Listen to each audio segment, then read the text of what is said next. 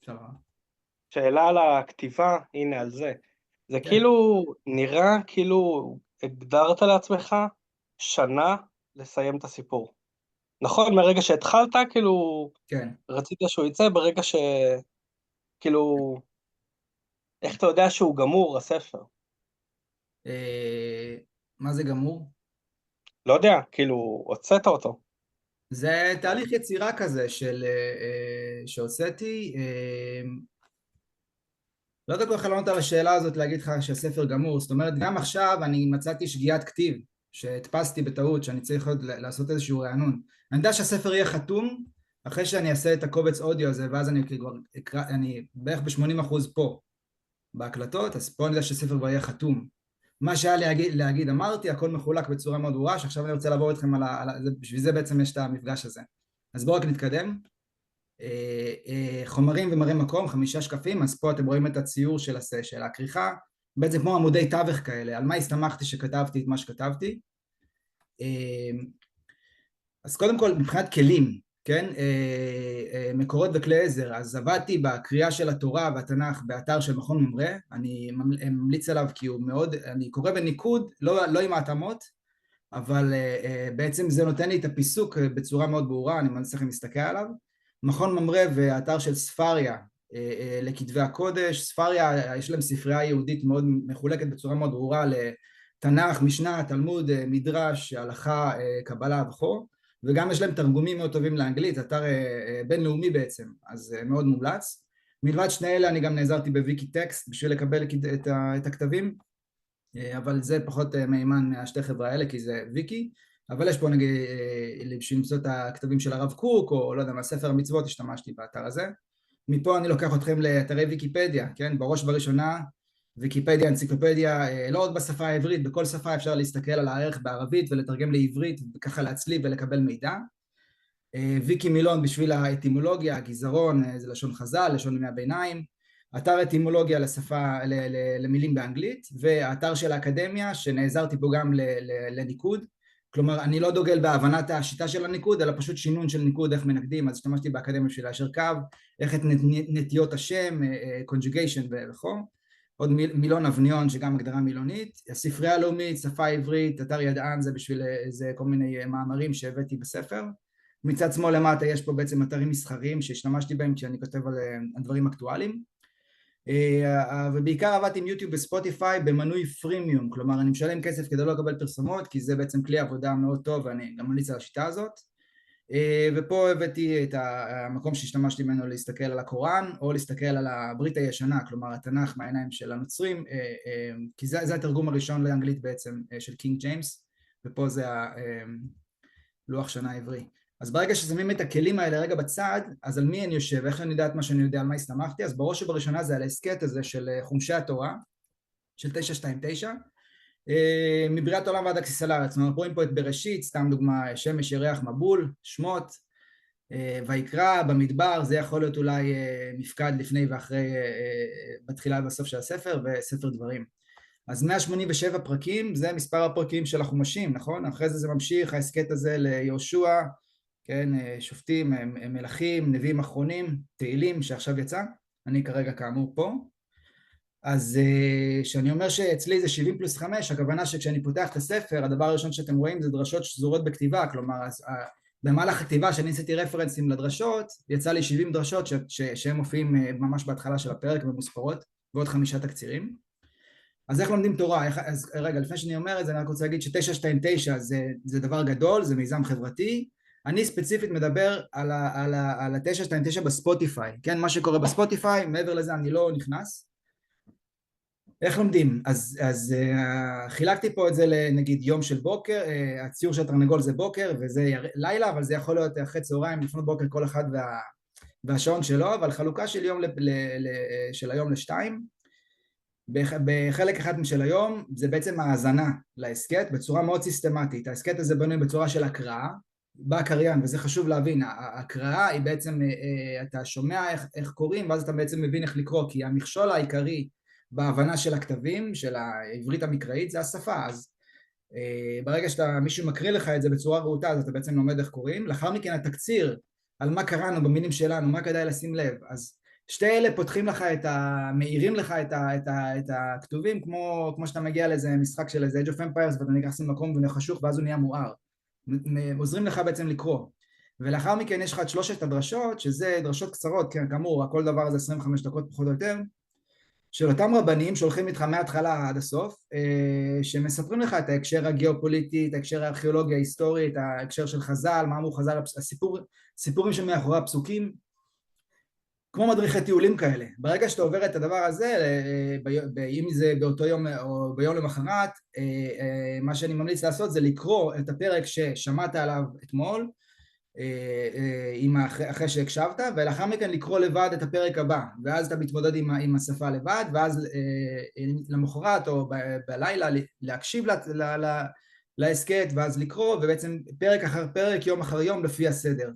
אז יש פה איזשהו רצף, זה חשוב הרצף הזה, ולא לשמור על איזשהו פער, ולא כאילו, אני מוצא שהתדר מאוד חשוב של יום אחר יום, אבל גם לא לעשות את זה בצורה של בינג', אלא יש פה איזשהו קצב מסוים שמאוד טוב ללימוד, פרק חלוקה לפרקים, ציירתי פה מישהו מטפס כזה, כמו התמדה, שביל ישראל, כן, זה לא חייב להיות קשה, זה יכול להיות מאוד נחמד, כי הדבר הזה הוא מאוד סיסטמטי, ההקראה והתקציר והדרשות, אז ככה אני ממליץ, וגם סיכמתי את זה פה בתחילת פרק 2, על מה שעשיתי, איך שלמדתי את התורה.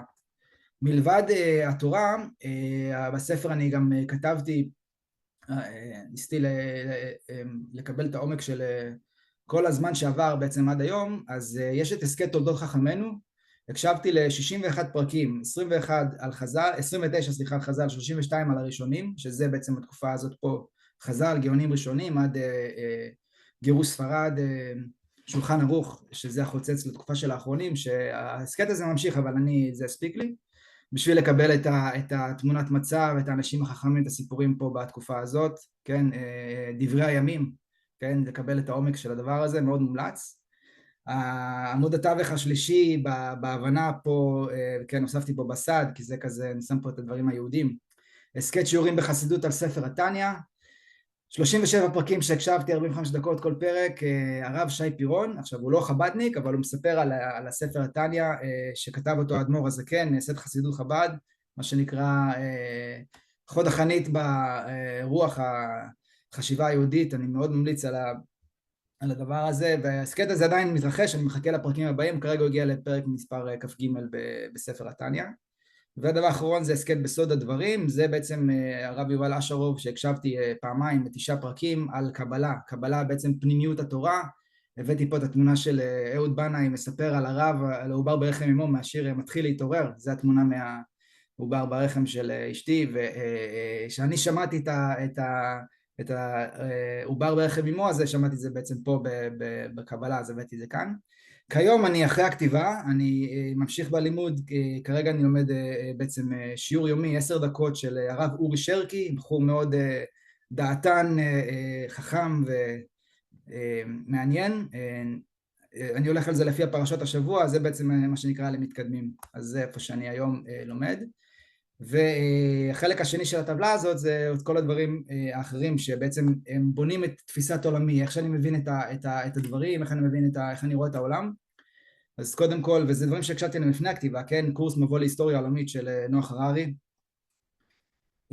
של האוניברסיטה העברית בירושלים, זמין ביוטיוב, ונוח הררי בחור חכם, הומו, וגם מתרגל ויפאסנה, אז זה מביא אותי לקורס השני, קורס בבודהיזם, מפי פרופסור יעקב רז של אוניברסיטת תל אביב שצולם ב-2006, מאוד מאוד מעניין על תפיסה בודהיסטית של העולם.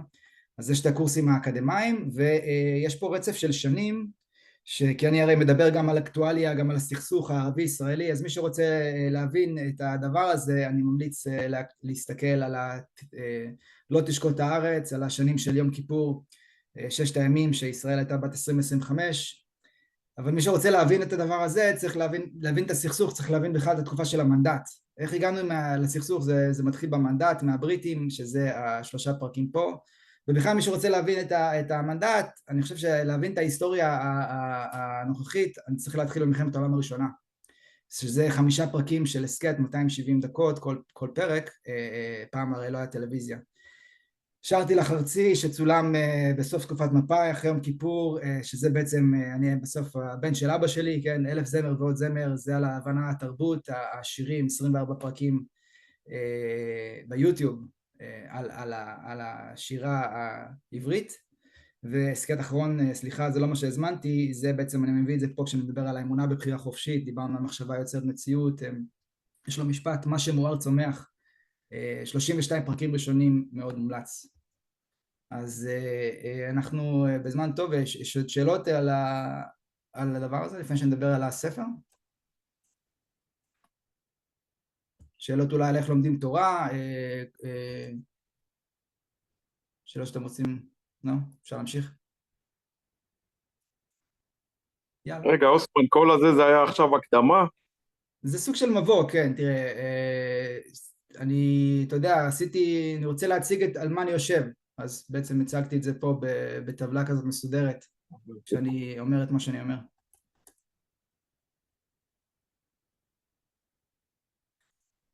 אז אם אין שאלות, אני אתחיל לדבר על הספר. אני מתחיל בשיר שכתבתי, שמופיע בפרק 4, דרך ארץ, פסקה ס"ג, זכות קדימה, משפט 6, לבריאות, שים על מיוט. חיה ותן לחיות, כבד ושמור על כבודך, עשה באמונה לטוב, ותראה איזה יופי מסביבך. אז זה התקציר. שמתי פה את החתימה של הזמן שכתבתי אותו, 2 תאריכים, כן? וזה גם העץ, דיברתי מקודם קצת על העץ, על ההבנה של עצים, אז זה עץ שצילמתי אותו פה ולא מזמן. דיברנו על הבנה של עצים, כן? שורשים לענפים בעץ אבותינו, זה שגיאה מכוונת, משחק מילים כזה בין העין לאלף של עץ אבותינו. אז שלמה, כן? בית המקדש הראשון, 480 שנה מיציאת מצרים, אבל בעצם אני הולך פה כמה שיותר רחוק, נין שם, אבא של פלג, מי זה? אתם יודעים? נין שם, אבא של פלג, זה עבר, כן? אברהם העברי, רענון עוגן העונג העברי, מביא אותי לעבר, והספר הוא בין הדור השלישי, המיקוד של הספר הוא בין הדור השלישי לרביעי, שזה בעצם קהל היעד, ובין הדור השלישי לרביעי להקמת המדינה. כלומר מי שנולד לצורך העניין אחרי 1970 עד 2020 אני מדבר עליו, אבל אני לא מדבר רק על יהודים, אני לא מדבר רק על ישראלים, אני מדבר בעצם לאחוות, אני קורא לאחוות אחים בלב שמח, יהודה ויוסף, כן? אנחנו לא רק יהודים, יהודה ויוסף, יעקב ועשיו, יצחק וישמעאל, לא רק לישראלים, שם ויפת עמכם ועם כל בני אדם וכל משפחות האדמה, משפחות האדמה, כן, נברחו בך כל משפחות האדמה שנאמר לאברהם אבינו, מפה הכוונה. זה לגבי זה.